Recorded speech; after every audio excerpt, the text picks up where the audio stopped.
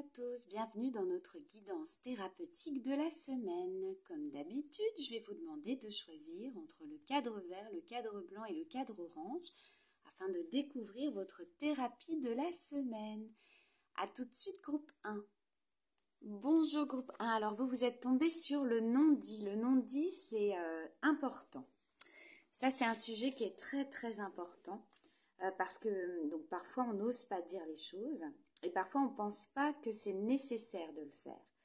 Parce qu'on se connaît depuis 20 ans et je sais bien qu'il ou elle pense de telle façon.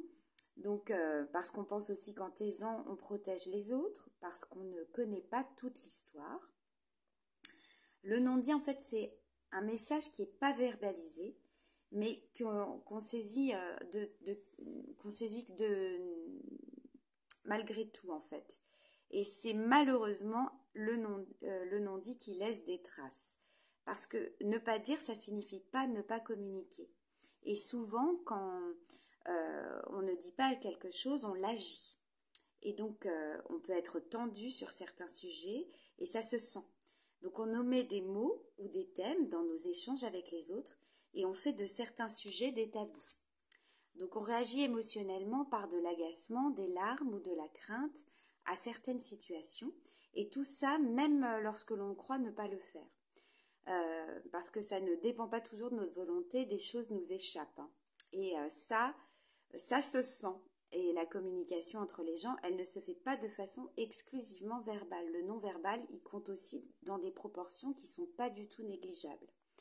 Donc le problème du non-verbal, c'est qu'il se ressent, mais qu'il ne se comprend pas toujours, et potentiellement il n'a pas de sens. Et dans ces cas-là, ça pose problème à notre système psychologique. Donc chacun y met le sens qui lui vient, et ce sens, il peut devenir très angoissant.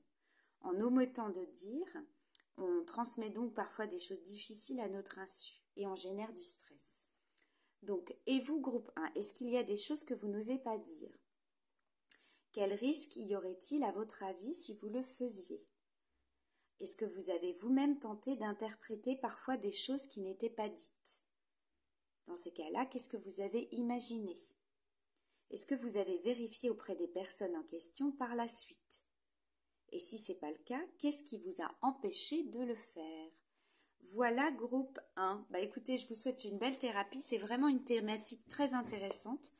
Je vous incite vraiment à vous poser les bonnes questions et surtout à éviter d'être toujours dans le non-verbal et à taire les choses. C'est important de sortir les choses.